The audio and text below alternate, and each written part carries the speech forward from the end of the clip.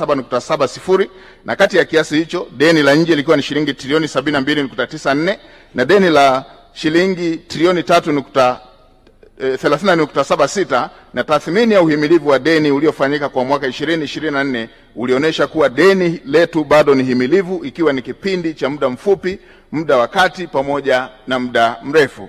Katika tathmini hiyo, Mheshimiwa Spika, viashiria vinaonyesha kuwa kwa mwaka 2024-2025 tathmini ya sasa ya deni la serikali kwa pato la taifa ni 40.3 ikilinganishwa na ukomo ambao ni 55. Hatupaswi kuwa na hofu kabisa kuhusu jambo hili. Na kwa upande wa thamani ya sasa ya deni la nje kwa pato la taifa ni 23.6 ikilinganishwa na ukomo wa 40 ambayo ni standard ya kimataifa. Na thamani ya sasa ya deni la nje kwa mauzo ya nje ni 123.8 ikilinganishwa na ukomo ambao ni 180. Hatupaswi kuwa na hofu na jambo hilo. Mheshimiwa Spika, hadi Machi 2025 kampuni ya Moody's Investors Services ilifanya zoezi la mapitio ya kwanza ya tathmini ya nchi kukopesheka katika masoko ya fedha ya kimataifa kwa mwaka 2025 ambayo inaongelea pia uimara wa uchumi wa taifa letu. Baada ya kukamilika kwa zoezi hilo, kampuni hiyo ilichapisha matokeo ambayo yameendelea kuiweka Tanzania katika daraja la B1 kama ilivyokuwa kwa matokeo ya mwisho wa mwaka 2024.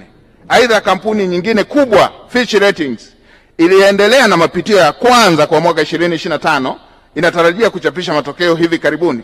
Kampuni hiyo ilichapisha matokeo ya mapitio ya mwisho wa Disemba 2024 ambapo iliipatia Tanzania katika daraja la B+. Mheshimiwa Spika, katika matokeo ya tathmini nchi yetu kukopesheka katika masoko ya mitaji na uhimilivu na uimara wa uchumi kimataifa inaendelea kuipa taswira chanya nchi yetu katika medani za kimataifa. Matokeo hayo ni bora kuliko nchi nyingine katika ukanda wa Afrika Mashariki na Kati na kusini mwa jangwa la Sahara. Pamoja na mambo mengine ambayo yamechangia jitihada za serikali inayoongozwa na Dr. Samia Suluhu Hassan, Rais wa Jamhuri ya Muungano wa Tanzania, ni katika kuweka mazingira wezeshi ya uwekezaji wa sekta binafsi, kukuza uchumi, kusimamia kwa makini deni la serikali na kuimarisha ushirikiano wa kimataifa, yani diplomasia ya uchumi.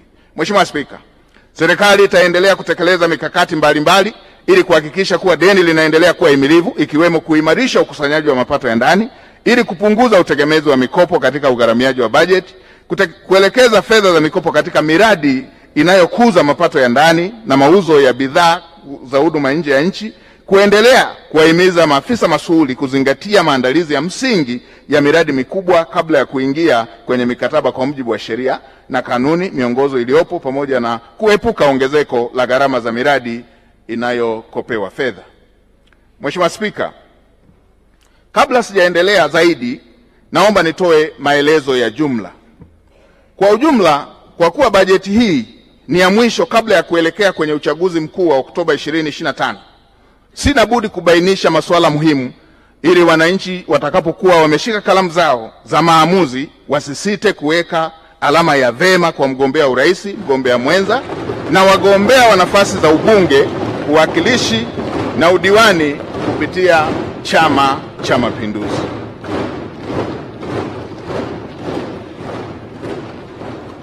Mheshimiwa Spika, nianze kwa kumpongeza sana Mheshimiwa Dr. Samia Suluhu Hassan kwa kuchaguliwa kwa kishindo kuwa mgombea wa Chama cha Mapinduzi katika nafasi ya urais wa Jamhuri ya Muungano wa Tanzania kwenye uchaguzi mkuu utakaofanyika Oktoba 2025. Aidha, niwapongeze wajumbe wa halmashauri kuu na mkutano mkuu wa CCM kwa kumchagua kiongozi huyu makini kupeperusha bendera ya chama katika uchaguzi mkuu.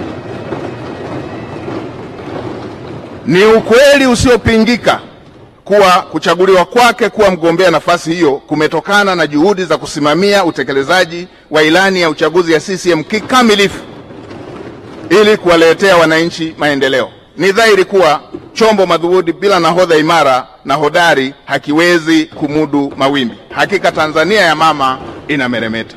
Mheshimiwa Spika, katika hatua nyingine, Chama cha Mapinduzi kilimteua Balozi Dr. Emmanuel John Nchimbi kuwa mgombea mwenza wa nafasi ya urais wa Jamhuri ya Muungano wa Tanzania kwa tiketi ya CCM. Watanzania wanamfahamu vyema Mheshimiwa Balozi Dr. Emmanuel John Nchimbi kwa misimamo yake thabiti isiyoyumba kwenye masuala ya msingi yenye maslahi mapana kwa taifa letu. Ni dhahiri kuwa misimamo hiyo inaenda sambamba na falsafa ya Dr. Samia Suluhu Hassan ya kutotetereka wala kuyumba kwenye masuala yenye maslahi mapana kwa taifa letu.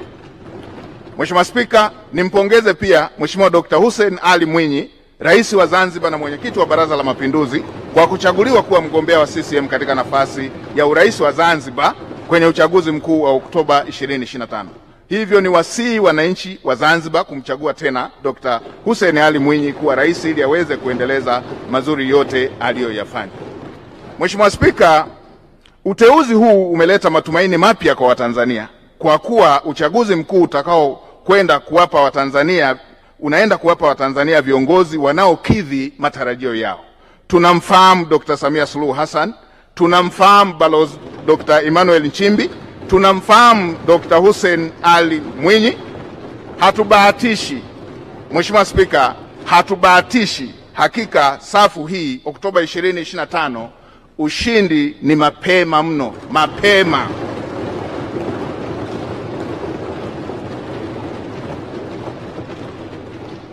Mheshimiwa Spika, kwa safu hiyo tuna uhakika kuwa serikali tutakayoichagua itasimamia uhuru wa taifa letu, italinda utaifa na muungano wetu, itaendelea kupambana na wahujumu uchumi, wala rushwa, mafisadi, wakwepa kodi, wazembe katika ofisi za umma. Huu ndio umekuwa msimamo na maelekezo ya Mheshimiwa Rais Dr. Samia Suluhu Hassan kila wakati anapokutana nasi wasaidizi wake. Mheshimiwa Spika, Chama cha Mapinduzi kimewaletea Watanzania safu hii ya wagombea kwa sababu bado tuna kazi ya kufanya. Tumemaliza baadhi ya miradi ya kimkakati, lakini bado tuna kazi ya kuendelea kufanya na miradi mingine ya kimkakati mipya.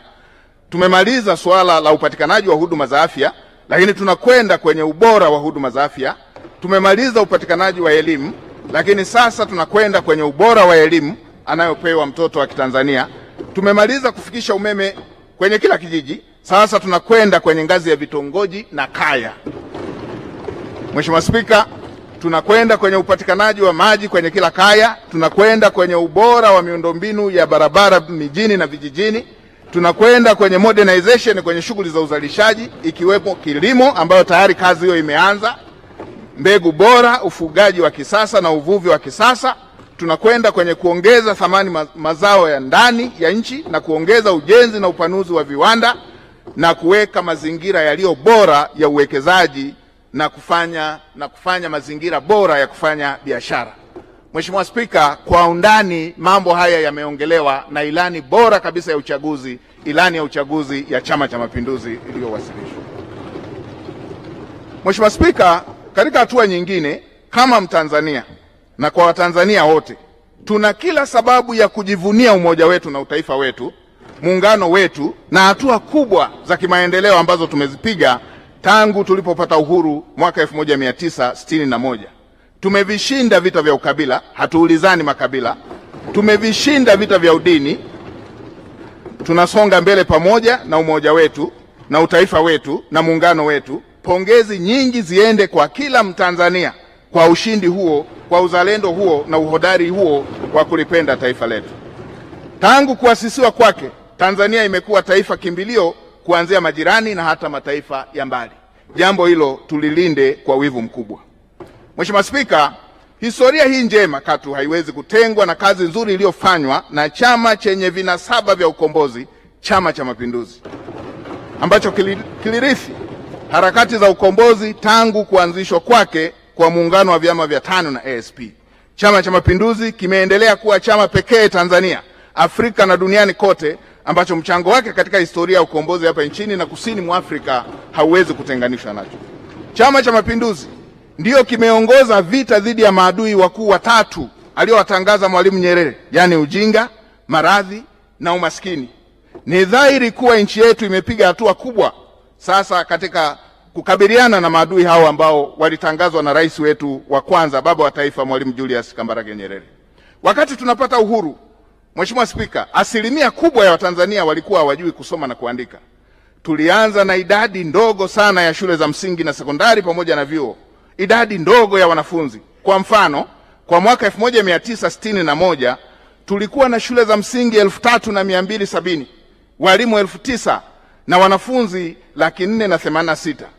Shule za sekondari 41 tu, walimu 764 tu, wanafunzi 1011, na vyuo vya walimu 8 tu na walimu 164 tu na wanafunzi 1723 tu, na chuo kikuu kikiwa kimoja tu na wahadhiri 6 na wanafunzi 14 tu.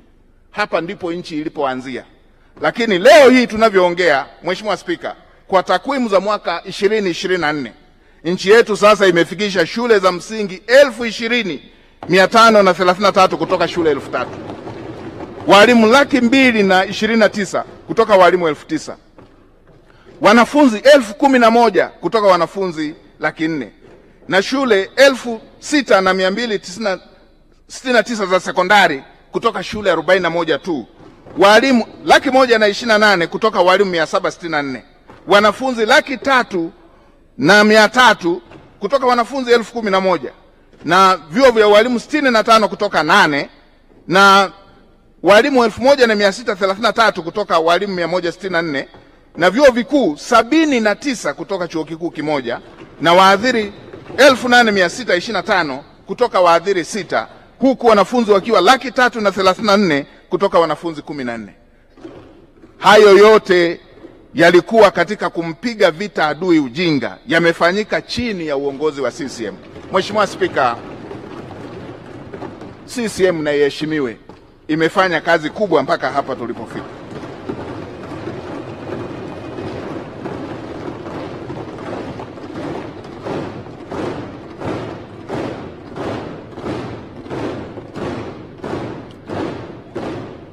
Mheshimiwa Spika, kwa upande wa kumpiga vita adui maradhi, hatua kubwa imefikiwa katika nyanja zote, ikiwemo ujenzi wa miundombinu ya afya, wataalamu wa afya wa ngazi zote, upatikanaji wa vifaa tiba na vitendanishi.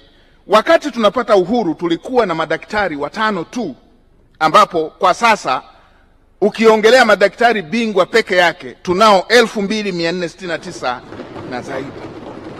Wakati tunapata uhuru, huduma za afya kwa nchi nzima zilikuwa duni sana. Sasa tuko hatua kubwa na tunaelekea kwenye bima ya afya kwa wote, tukiwa tumefanikiwa kupunguza vifo vya watoto, vifo vya kina mama wajawazito, kuimarisha huduma za kibingwa hapa nchini, na sasa Tanzania inakuwa nchi kimbilio kwa ajili ya huduma za kibingwa.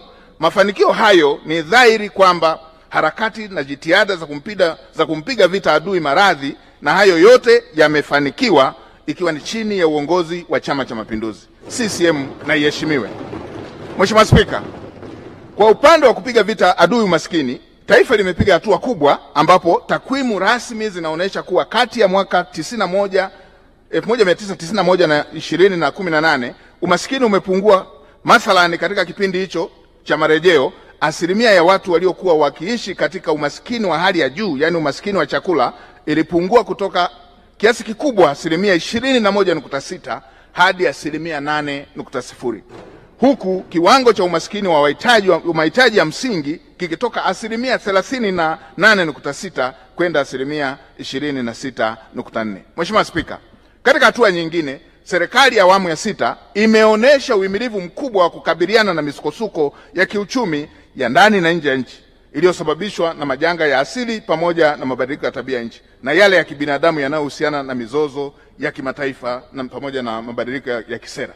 Mheshimiwa Spika, utakumbuka kuwa msukosuko wa kiuchumi ulioikumba dunia kwa muda mrefu ulitokana na mzozo wa Ulaya Mashariki uliofuatia baada ya uviko 19, na umesababisha kupanda kwa gharama za maisha na madhara mengineyo, ikiwemo kupanda kwa gharama za usafirishaji na uzalishaji. Hali hii ilisababisha nchi nyingi kuingia kwenye madeni makubwa. Hata hivyo, serikali ilichukua hatua za haraka na madhubuti kukabiliana na madhara yaliyojitokeza na hali hiyo. Mheshimiwa Spika, baadhi ya hatua zilizochukuliwa ni pamoja na kutoa ruzuku kwa kaya maskini ili kuwapunguzia makali wa Tanzania, ambapo zaidi ya bilioni 9,615 zilitumika. Mheshimiwa Spika, kuendelea na mpango wa kutoa elimu bila ada ambapo takriban trilioni 1.3 zimetumika, kuendelea na kutoa mikopo kwa elimu ya juu ambapo zaidi ya trilioni 2.7 zimetumika. Kadhalika kulipa nusu ya bei ya mbolea ambayo mkulima anatumia. Mkulima wa Tanzania amelipiwa nusu ya bei ya mbolea ili aweze kumudu manunuzi ya mbolea ambapo zaidi ya bilioni 708 zilitumika. Mheshimiwa Spika, katika programu hii ya ruzuku serikali imekuwa ikiwalipia wakulima wa Tanzania nusu ya gharama ya bei ya mbolea ili kuweza kuwawezesha waweze kumudu gharama. Na si hilo tu Mheshimiwa Spika, katika hatua nyingine serikali ilitoa shilingi bilioni 100 kila mwezi katika kipindi ambacho dunia ilikuwa imekumbwa na uhaba wa mafuta, nishati ya mafuta, yani petroli, dizeli na mafuta ya taa. Na hii iliwezesha nishati hizo muhimu kuwa na bei inayohimilika kwa kila Mtanzania na kuwezesha upatikanaji wake wa kila wakati. Mheshimiwa Spika, nchi zingine hadi sasa hawajarejea katika hali ya kawaida ya kuweza kupata mafuta. Mafuta yanapatikana kwa mgao na kwa kipimo na kwa siku za kuweza kuyapata mafuta hayo. Hali hii imelifanya taifa la Tanzania kuwa na uimara katika mfumuko wa bei, ukuaji wa uchumi, viashiria vingine vya uchumi jumla, na aidha serikali ilichukua hatua hizi kupunguza ama kufuta kodi katika baadhi ya bidhaa muhimu kama vile mafuta ya kula ili kumfanya Mtanzania kumudu gharama za maisha. Sio kila nchi Mheshimiwa Spika ilifanya jambo hili. Na hii inaonyesha ni kiasi gani serikali ya CCM inayoongozwa na Dr. Samia Suluhu Hassan inawajali wananchi wake. Mheshimiwa Spika, maeneo mengine ambayo yalijitokeza na kuleta taharuki katika mataifa mengi ni pamoja na kuadimika kwa fedha za kigeni katika nchi nyingi za Afrika. Serikali kupitia Benki Kuu ya Tanzania imetekeleza vyema sera ya fedha hivyo na kuimarisha viwango vya kubadilishania fedha na upatikanaji wa fedha za kigeni. Hivi karibuni tumeshuhudia mabadiliko ya sera za nje hususan katika baadhi ya mataifa makubwa ikiwemo